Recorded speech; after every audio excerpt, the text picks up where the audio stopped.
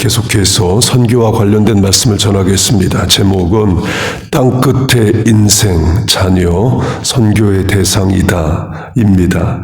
이 본문은 예수님의 선교 명령, 전도 명령으로 불립니다. 선교, 전도 같은 개념입니다. 본문이 말하듯이 예수님에 대해 증인, 증언, 증거하는 모든 활동이 선교이에요.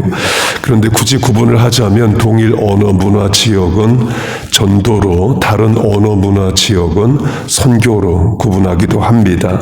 독일의 경우는 독일 안에서 이루어지는 모든 일은 전도라고 부르고 독일 밖에서 하는 일을 선교라고 부릅니다.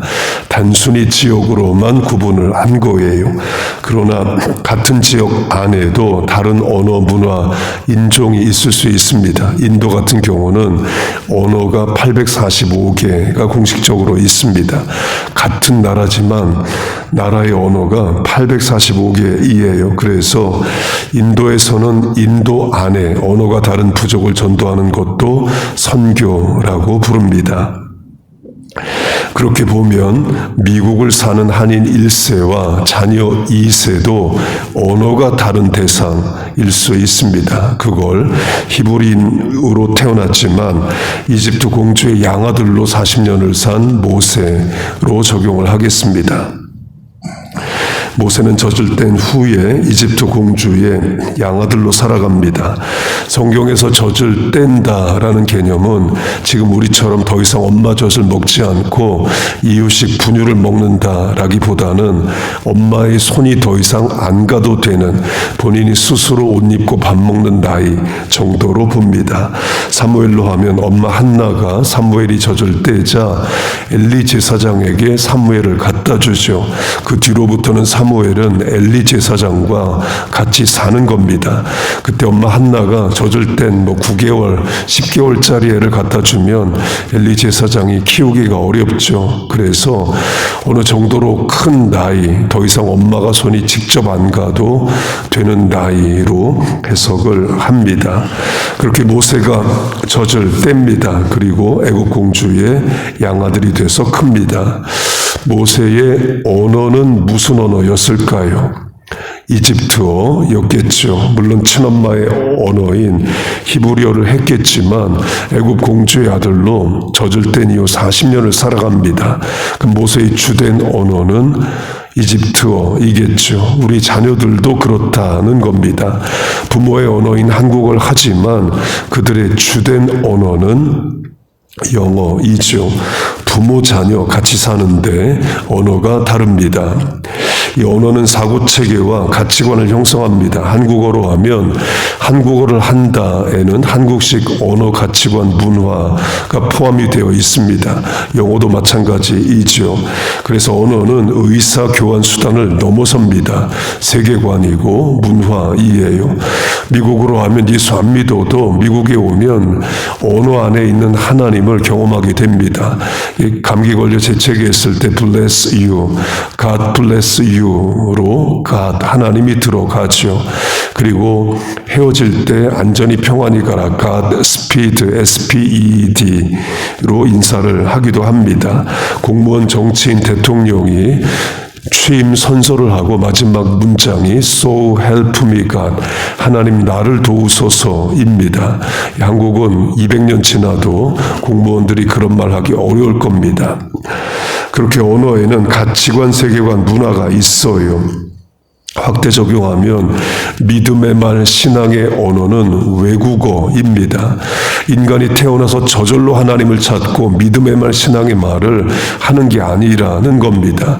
외국어처럼 배워서 하는 것이 믿음의 말, 신앙의 말이에요. 예를 들면 항상 기뻐하라, 쉬지 말고 기도하라, 범사에 감사하라. 한국어지만 외국어와 같습니다. 되는 일이 쉽게 되는 일이 아니죠. 항상 기뻐하고 쉬지 말고 기도하고 범사에 감사하려면 외국어 학습하듯이 반복 숙달하고 연습 훈련해야 실천되는 일입니다. 새벽 기도도 외국어와 같습니다. 죄된 인생이 본성상 타고 나서 교회에 나와 기도하게 되어 있지 않아요. 다 본성을 이기는 숙달 연습 훈련해야 되는 실천이 새벽 기도입니다.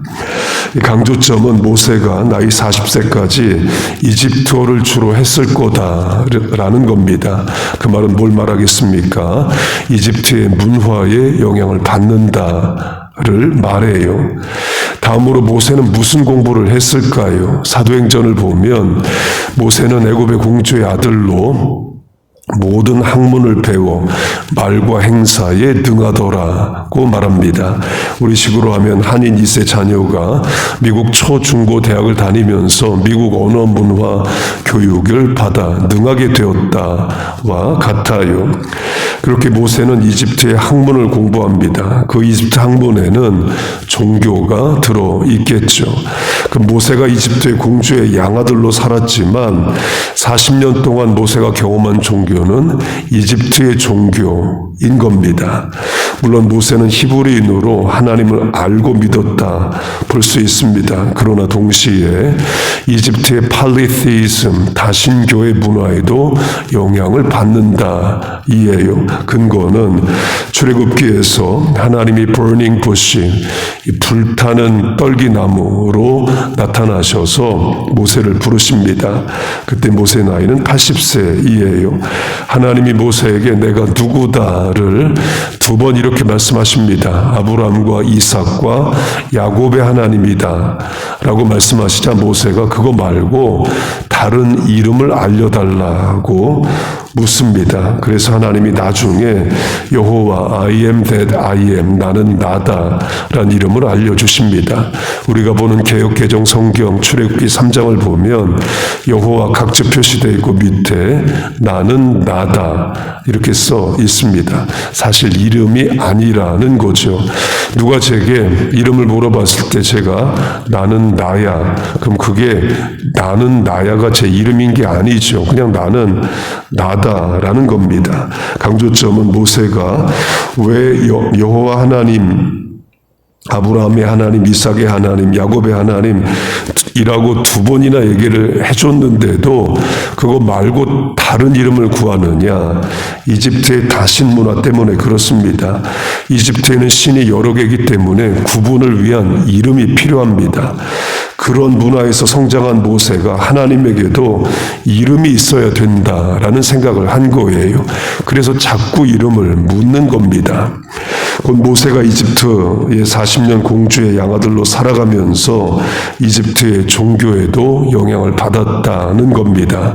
물론 80세 떨기나무 사건 이후 분명히 하나님을 만난 이후에는 뚜렷한 여호와의 신앙으로 살아갑니다. 그러나 40세까지 애굽 공주의 아들로 살면서 모세는 이집트 종교에도 영향을 받는다 이에요. 이는 출애굽을 한 이스라엘이 광야에서 금송아지를 만들어낸 것과 마찬가지입니다. 히브리인들이 고센 땅에 독립되어 살긴 하지만 400년을 이집트에 삽니다. 그 말은 이집트의 문화에 노출이 되는 겁니다.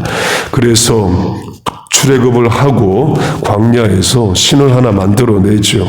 하나님을 형상화합니다. 하나님 버리고 우리 다른 신을 섬기겠다 말하진 않았어요. 그런데 여호와 하나님을 금송아지로 만들어냅니다.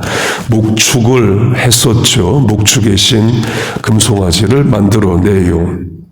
그 금송아지는 지금도 이집트 국립박물관에 있습니다. 이집트인들이 섬겼던 목축의 신 아피스인 거예요.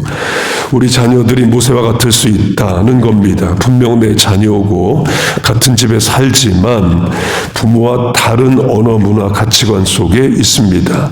설교 시작에 강조한 대로 전도는 동일 언어, 문화, 지역이라면 선교는 다른 언어, 지역, 문화입니다. 그러면 모세 엄마 입장에서 볼 때 분명 모세를 내가 낳아서 젖을 뗄 때까지 키웠는데 공주의 애굽 공주 양아들 되어 40년 살고 만났다고 해보세요. 그러면 겉모습도 가치관도 언어도 문화도 바른 사람이 되어 있는 겁니다. 그러면 내 자녀도 선교의 대상인 거죠.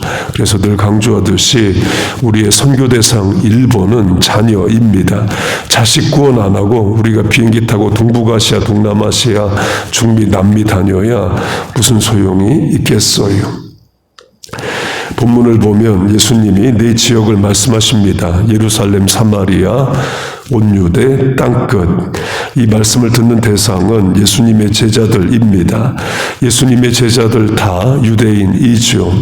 유대인에게 있어서 예루살렘과 온유대는 동일 언어, 동일 문화입니다. 반면에 사마리아와 땅끝은 다른 문화, 다른 언어이에요.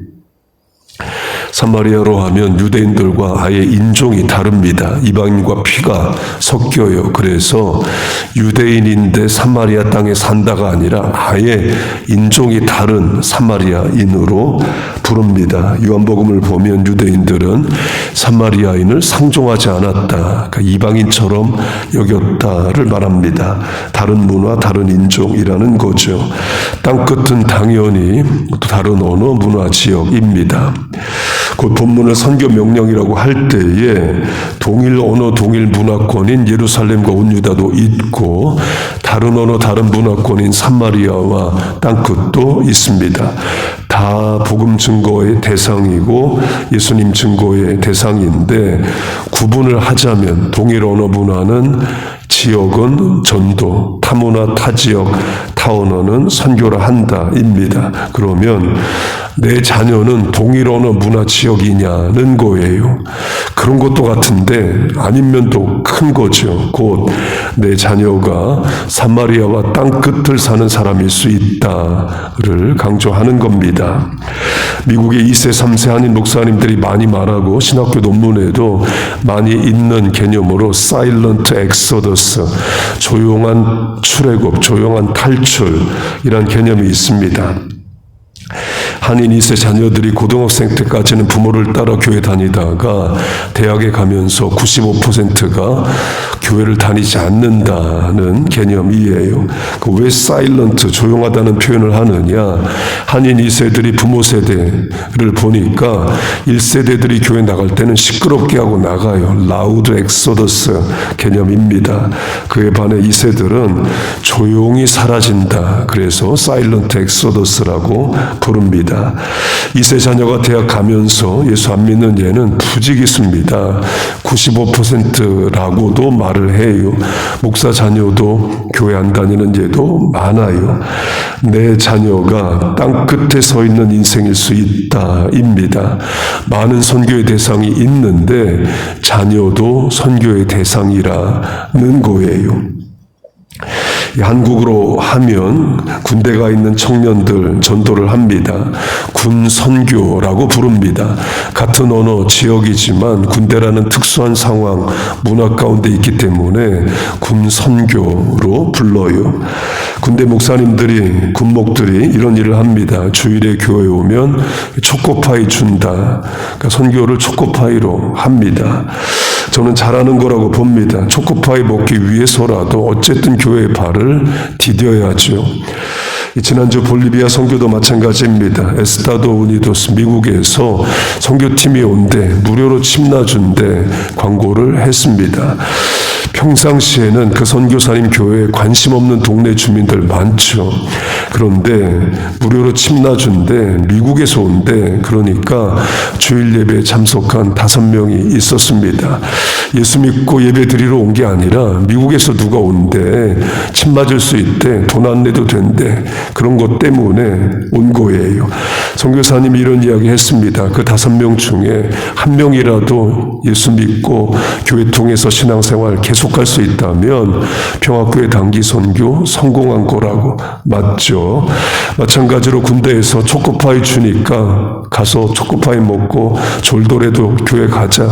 잘하는 거라고 봐요. 그렇게 초코파이로 선교합니다. 그리고 군목이 이런 일도 합니다. 세례 받으면 양념통닭 준다.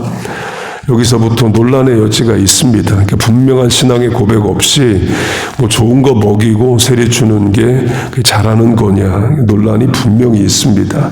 그래서 군대에서 분명한 신앙 고백 없이 그냥 목사님이 세례 받으라고 해서 500명, 1000명씩 단체 세례 받을 때 같이 받았던 분이 나중에 본인의 신앙 뚜렷이 고백하고 다시 세례 받으면 안 되냐 이런 질문을 하기도 합니다.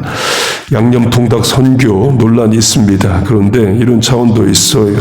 어쨌든 교회에서 세례를 받았어요. 그러면 불교로는 안 간답니다. 내가 예수도 안 믿고 교회도 안 다니지만 그래도 군대에서 세례를 받았으니까 다른 종교는 가질 수 없다. 나중에 종교를 가지면 그래도 교회 가야 되지 않나 그런 생각을 한다는 겁니다. 그래서 논란의 여지가 분명히 있지만 군대에서 세례 주는 것도 지금도 행해지고 있어요.